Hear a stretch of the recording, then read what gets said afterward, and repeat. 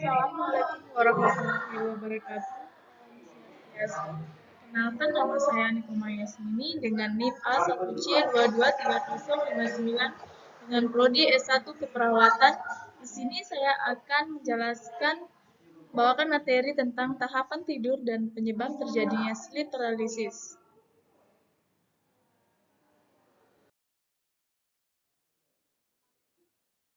Materi yang pertama yaitu definisi sleep paralysis. Sleep paralysis adalah kondisi yang membuat seseorang seakan-akan mengalami kelumpuhan saat tidur atau bangun tidur. Kondisi yang juga dikenal dengan istilah ketindihan, ini cukup umum terjadi, tak jarang hal ini dikaitkan dengan hal mistis. Padahal ada alasan medis. Sleep paralysis adalah salah satu gangguan tidur yang menyebabkan seseorang kesulitan menggerakkan tubuhnya sekalipun dalam keadaan sadar.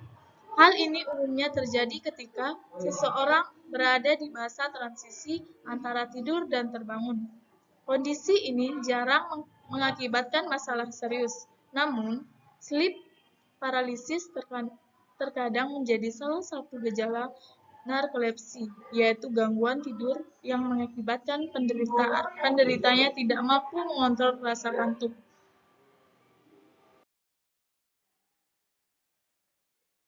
Adapun jenis-jenis sleep paralysis adalah sleep paralysis dibedakan menjadi dua jenis, yaitu hypnopemic sleep paralysis dan hypnagogic sleep paralysis. Berikut penjelasannya.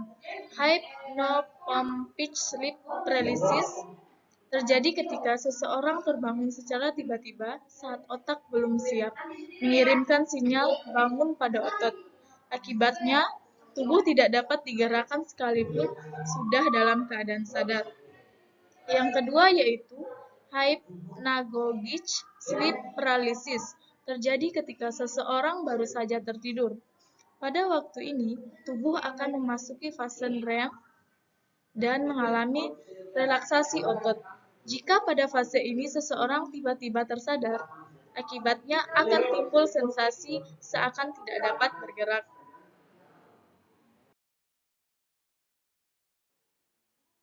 Faktor terjadinya sleep paralysis.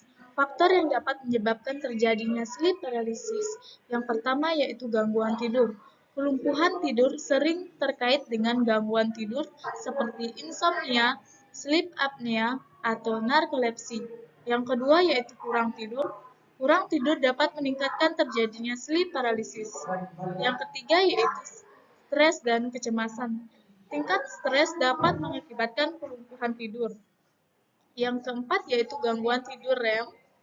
Kelumpuhan tidur sering terjadi saat seseorang sedang fase tidur REM di mana otak aktif tetapi tubuh tetap diam. Yang kelima yaitu genetika. Ada bukti bahwa faktor genetik dapat memainkan perannya dalam merentang seseorang. Yang keenam yaitu konsumsi obat atau alkohol dapat menyebabkan kelumpuhan tidur. Yang ketujuh yaitu gangguan mental. Gangguan mental seperti gangguan REM dapat meningkatkan kelumpuhan tidur. Materi selanjutnya yaitu resiko sleep paralysis. Resiko kelumpuhan tidur atau gangguan tidur melibatkan pengalaman seseorang terjaga sementara tubuh mereka tetap lumpuh. Ini adalah pengalaman yang menakutkan meskipun tidak memiliki risiko fisik yang signifikan. Dapat menimbulkan ketakutan dan kecemasan jika Anda sering mengalami kelumpuhan tidur. Penting untuk berkonsultasi dengan seorang medis, profesional, atau seorang pakar tidur untuk membahas pengelolaan dan pencegahan yang tepat. Selanjutnya itu penyebab sleep paralysis. Banyak yang beranggapan bahwa sleep paralysis artinya seorang sedang mengalami paranormal experience. Faktanya sleep paralysis adalah kondisi yang terjadi karena mekanisme otak dan tubuh yang tidak berjalan selaras. Terdapat dua fase yang terjadi ketika seseorang sedang tidur. Yang pertama yaitu rapid eye movement atau REM Dan yang kedua yaitu non-rapid eye movement atau REM. REM adalah fase di mana seseorang bersiap untuk tidur.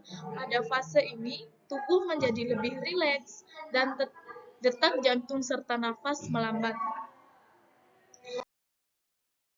Sedangkan REM yaitu fase tidur paling dalam di mana seseorang mulai bermimpi. Ketika seseorang bermimpi, saraf parasimpatis akan memerintahkan otot berhenti berkontraksi. Inilah yang menyebabkan tubuh tidak dapat bergerak saat tiba terbangun. Sleep paralysis adalah fenomena yang dapat terjadi pada semua orang, di mana penyebabnya yaitu antara lain, pertama yaitu waktu tidur yang tidak cukup, yang kedua yaitu stres berat, yang ketiga yaitu gangguan mental seperti depresi, bipolar, atau anxiety disorder. Yang keempat yaitu konsumsi obat-obatan tertentu. Yang kelima yaitu kebiasaan merokok. Yang keenam yaitu merubah pola tidur atau tidur di tempat yang tidak nyaman. Yang keenam yaitu konsumsi kafein dan minuman beralkohol secara berlebihan.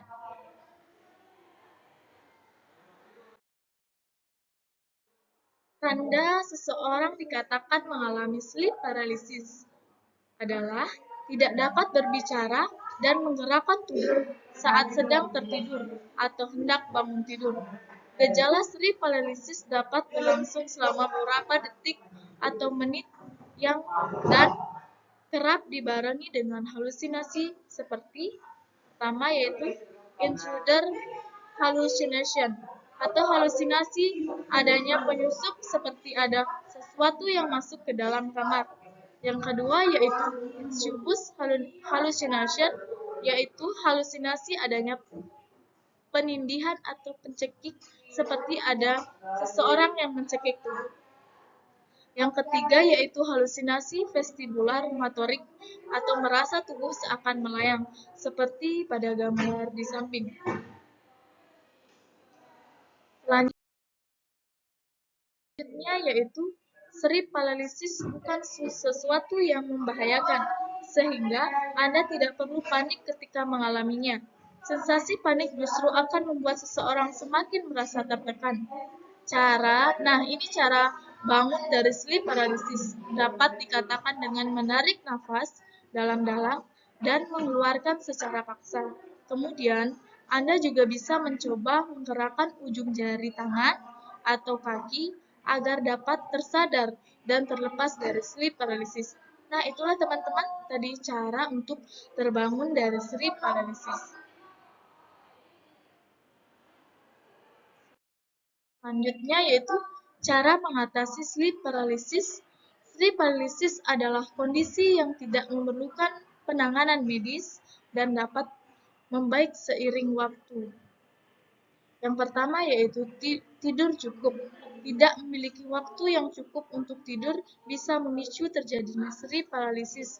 Oleh karena itu, usahakan selalu mencakup waktu tidur Anda selama 7-9 jam per hari. Hindari juga hal-hal berikut ini untuk membantu Anda memperoleh kualitas tidur yang baik. Pertama yaitu minum kopi menjelang tidur, bermain ponsel saat menjelang tidur, olahraga berat pada malam hari, makan terlalu banyak sebelum tidur sehingga meningkatkan risiko asam lambung naik. Yang kedua yaitu terbiasa tidur dan bangun di jam yang sama.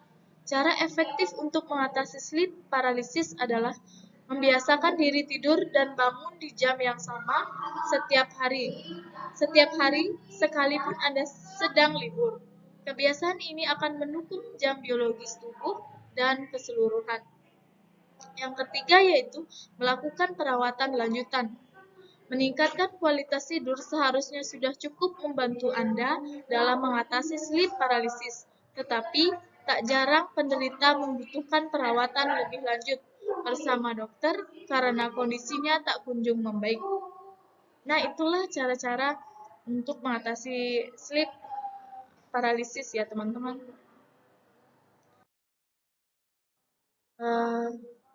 Terima kasih.